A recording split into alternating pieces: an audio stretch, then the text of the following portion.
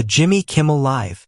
The studio lights up, and the crowd erupts in cheers as Jimmy Kimmel walks out with his usual smile.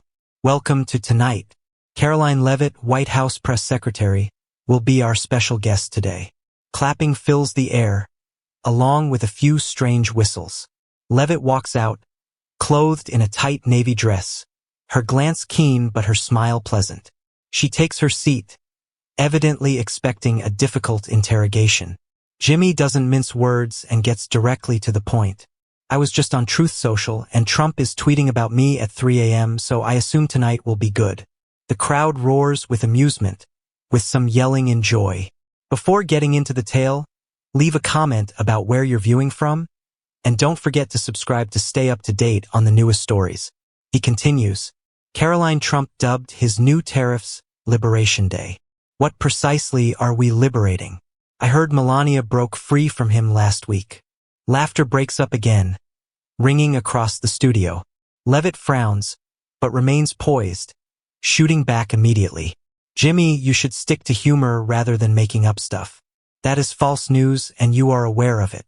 Her tone is forceful, with a tinge of defiance. Jimmy tilts his head, faking astonishment. Fake news. So, who delivered Melania a burger instead of flowers, you or Trump? Laughter mixes with applause, and the studio is humming from the start.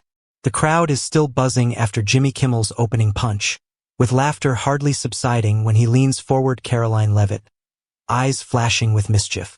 Karoline, I know you claim it's fake news, but I just received a sizzling tip from the White House, hotter than the sandwich Trump brought Melania. Levitt sits up straighter, her stare sharper, but Jimmy moves on before she can say anything. Listen, according to my source, Melania discreetly departed the White House immediately after the inauguration. Trump was too busy preparing tariffs to recognize the occasion. The studio bursts with laughter, smashing like waves. Jimmy lifts his hand and mimics Trump with an imagined microphone. Melania, honey, I'm busy freeing America here. Have a Big Mac. Levitt's scowl deepens, and her lips tighten, indicating that she is fighting to remain cool in the face of mocking. Jimmy doesn't give up, turning to her with a sneaky smile. Karoline, I'm not making this up. Someone even said Trump accused Melania, the CEO, of abandoning me in a closed-door meeting with advisors. That's Trump-style romance. Why needs flowers when you can gift a burger? He pretends to dig in his pocket before producing a folded piece of paper as evidence. I have the memo right here. Oh, sorry, it is a McDonald's receipt. Levitt finally speaks, her tone hard and angry. Jimmy, do you think your audience is stupid enough to buy such nonsense? That is cheap clowning, not the truth. She crosses her arms and stares him down, as if attempting to puncture him. But Jimmy doesn't flinch, shrugging. I'm not sure whether they're stupid, but I doubt Trump thinks Melania is dumb for staying with him for so long. Thunderous applause comes out, accompanied by appreciative whistling. He maintains the momentum. Honestly, Karoline, are you the burger delivery lady? Or is that J.D. Vance's responsibility? I hear he's fantastic at doing errands for Trump. Levitt grabs the chair hard, her eyes burning with rage, yet she maintains a professional posture. Jimmy, you may laugh all you want, but the president is working for America, not sitting here making up tales like you, she says in a little higher voice than normal. Jimmy nods in sarcastic agreement. Yeah, working for America, like when he accidentally gave war plans to a reporter rather than Melania, correct? Here's the thing, Karoline, you claim it's false news. So, how come Melania hasn't been in public with Trump this week? Is she eating hamburgers somewhere? Jimmy approaches the host desk and picks up a water glass as if to chill things down. However, he pushes it aside and continues. I don't want to put you on the position, Karoline, but I hear Trump wrote on Truth Social at 3 a.m., not to protect you, but to rage at Melania for refusing to take photos with him. He imitates Trump again. Melanie, you're bad, but Karoline is fantastic. The audience laughs so hard that the chairs shook. To accentuate it, the band plays a brief riff. Levitt exhales forcefully, evidently holding back, her gaze turning from defiance to rage. Jimmy raises his hand to address the crowd. Folks, I believe we need to hear Karoline explain. But first, give me another round of applause. As the tension rises, the applause becomes louder, setting the mood for Levitt's reaction. Karoline Levitt takes a deep breath and springs up from her chair, eliciting a collective scream of astonishment. Her hands tighten, and her angry glare falls on Jimmy Kimmel.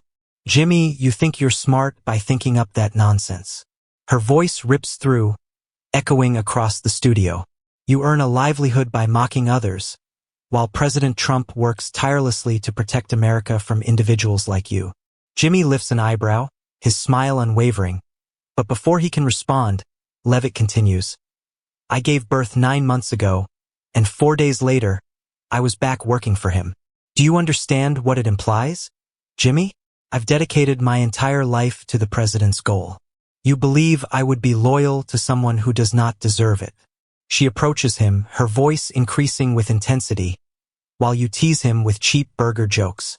"He is working to return employment to American workers, who you plainly do not care about." A group claps enthusiastically, carried up by her fervor, while others shake their heads and whisper to one another. Jimmy leans on the desk, appearing to wipe sweat. "Karoline, I am moved, but I am not laughing at the workers. I am giggling at Trump's hamburger. Example, if he really wants to restore employment, why not establish a McDonald's in the White House?" Laughter erupts, and the band adds a light riff, driving the intensity to a climax. But Levitt remains steadfast, arms crossed, eyes like daggers. "Jimmy, you can laugh all you want, but Americans are not dumb. They know who truly works for them, and it is not you." She turns slightly, her voice slowing but still heavy. "Look at what the president has done. The new tariffs will defend American workers and reclaim manufacturing from the hands that stole our jobs. Do you want to discuss about Melania? That is personal, and you have no right to probe into it for laughs." Scattered applause builds, but most people remain focused on Jimmy, anticipating his return. Jimmy nods, pretending agreement. "Yeah, I have no right, but Trump has the right to post at 3 a.m. and rage at everyone, even Melania, right?" "Enough," she almost yells, going closer and pointing at him. "You don't understand the strain of the White House, Jimmy, since you've never left that sofa to accomplish anything substantial. You sit here criticizing a guy who has overcome all odds to lead this nation. Can you do that?" The studio is quiet for a minute, as if waiting to see how Jimmy would react. Levitt seizes the gap, her voice low but determined. "President Trump is the most powerful guy I've ever met. He doesn't melt, as you suggest. He stands tall, and I am happy to stand beside him." Jimmy smirks, unconcerned and powerful. "So, why does he melt every time Putin gives him a compliment? I believe Putin gives Trump burgers as well, but nicer ones." The chamber bursts again, breaking the tension. Levitt constructed. He continues, "Karoline, you are a devoted person. I will give you that. But, if Trump is so powerful, why are you here supporting him against a humorous man like me?" The audience roars in approval, with some rising to support Jimmy's counterpunch. Levitt clenches her fists, her eyes flaming, but maintains her professional demeanor. "I'm here because I refuse to allow you or anybody else slander a guy who has done so much for our nation," she adds. Her voice is quivering with passion. "Do you want to chat about Truth Social? That is how he communicates directly with the people, something the media, including you, despises." She returns to her position but does not sit, standing there as a rebellious statement. Jimmy lifts his hands in mock surrender. "Okay, Karoline, you won this round, but I bet Trump is tweeting right now to thank you." The crowd laughs loudly, with applause interspersed with whistles, indicating that the conflict is far from done. Levitt breathes deeply, her eyes fixed on Jimmy, ready for whatever comes next. Jimmy Kimmel leans on the host's desk, his naughty smile intact. He turns at Karoline Levitt, who is still standing, her eyes flaming from her strong retort. Karoline deserves credit for her commitment, but loyalty does not always imply rightness. The audience laughs wildly, with a few "that's right" yells coming from the seats. Jimmy continues, his tone light but sharp. "I mean, Karoline, you claim Trump is fighting for America, so how do you explain your team accidentally leaking war plans to a reporter? What kind of combat is that? They are fighting among themselves." Laughter erupts, and the band joins in with a brief bouncy riff, raising the energy level. Levitt's eyes well up with rage, but Jimmy strikes again before she can answer. Listen, I have a source, not false news, who claims Trump's crew unintentionally included a reporter to a confidential discussion. They're talking about bombing someplace and suddenly the whole world knows. He pretends to drop a bomb before seeming shocked. I thought Trump was a good negotiator. How did he become the master of sending incorrect texts? A few others rise to applause, engrossed in Jimmy's performance. He turns to Levitt. Karoline, were you the one who emailed it, or was it J.D. Vance? I hear he's quite good at pressing the incorrect button. Levitt takes a long breath, her voice chilly. Jimmy, you're making up things for laughs again. They're not real, and you know it. But Jimmy refuses to let her drive, going closer to the throng, palms up as if he's imparting a secret. Not true. Then why is the whole nation laughing at that conversation? I think Trump accidentally sent Melania a love letter in there. Honey, I'm busy bombing, get a burger. Seriously, Karoline, if your team can't manage messages, how can they handle America? Levitt crosses her arms and her eyes are as sharp as blades. You want to speak about how the president is managing the economy and bringing back employment, which you will never comprehend. She approaches him, her voice rising. What you term a scandal is only a game played by media outlets such as yours, distorting the facts to bring him down. Some cheer in encouragement, but the majority remain with Jimmy, waiting for his next move. Jimmy shrugs in faux agreement. Yeah, I don't know the economy, but I do understand that transmitting war plans by accident isn't going to help you get employment back. Jimmy refuses to give up and moves on to another controversy. By the way, Karoline, have you heard that Trump wants to host the Kennedy Center honors? He claims he'll make it bigger than before. He pauses before adding, but I bet he'll turn it into a burger auction, Phantom of the Opera. Nah, Phantom of the Big Mac. I mean, Trump hates Hollywood and artists. So, why is he attempting to crash that party now? Is he going to bring 600 cheeseburgers on stage? Levitt exhales forcefully, evidently losing her composure. Jimmy, you're sad for hanging on to those cheap jokes, she screams, her voice quivering with rage. The president wants to honor American culture, which you will never respect. Jimmy nods but does not budge. Honor culture. So, why did Hamilton withdraw out of the Kennedy Center due to Trump? I've heard he dislikes Hamilton, possibly because it lacks a burger-eating sequence. He goes to Levitt and says, Karoline, you defend Trump well, but can you defend that chat group mess? Levitt goes from angry to defiant. I don't have to defend anything, Jimmy.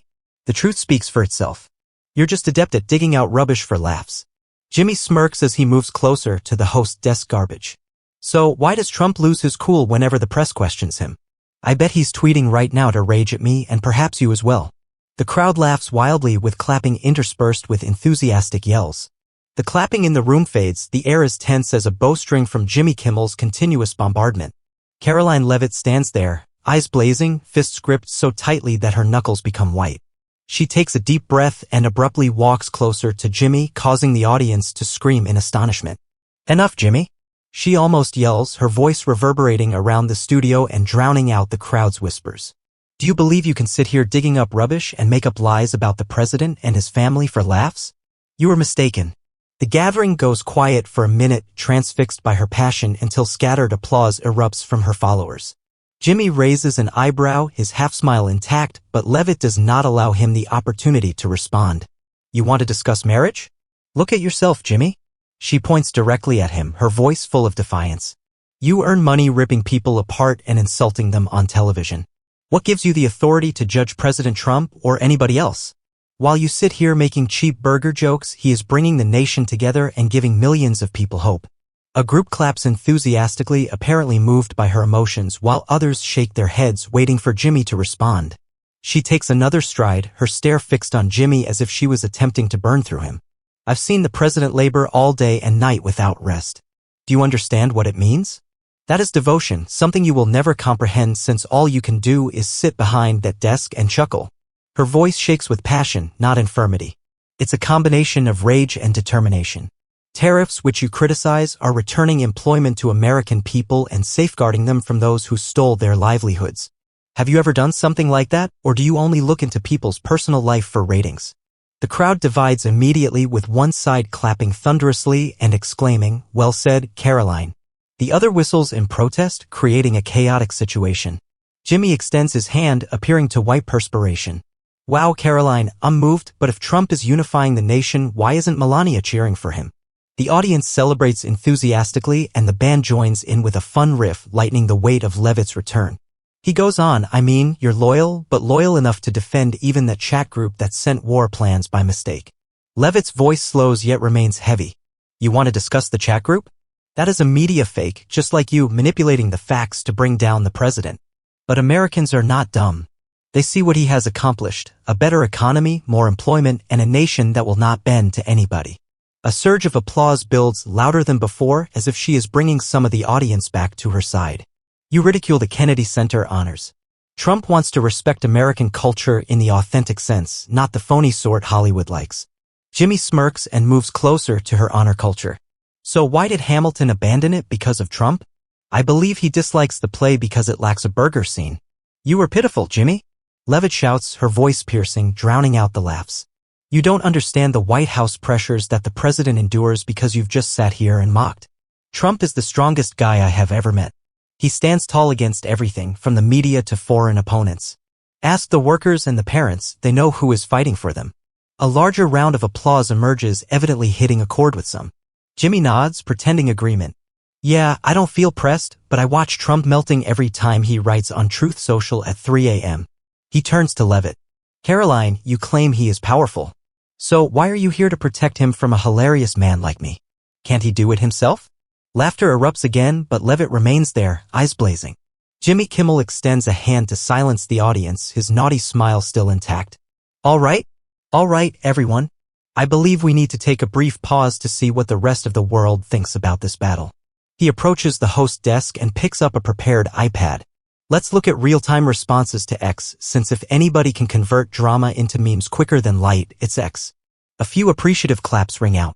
Jimmy swipes the screen, faking astonishment. Oh, that's nice. According to one user, Karoline has just burnt Kimmel. She's the queen of defending Trump. He stops and smirks. Yeah, but just underneath, someone says, nah, she's just embarrassing Trump. Burgers do not rescue America. The audience applauds enthusiastically. Yes, Jimmy, there was some yelling. Levitt remains there, eyes still blazing, mouth pursed as she hears the social media attacks. Jimmy continues. Wait, there's another Karoline versus Kimmel. Who needs Netflix when this drama outperforms any show? I agree, do you? The crowd laughs madly with applause interspersed with whistles. Levitt won't be silent, going closer to Jimmy, his voice forceful.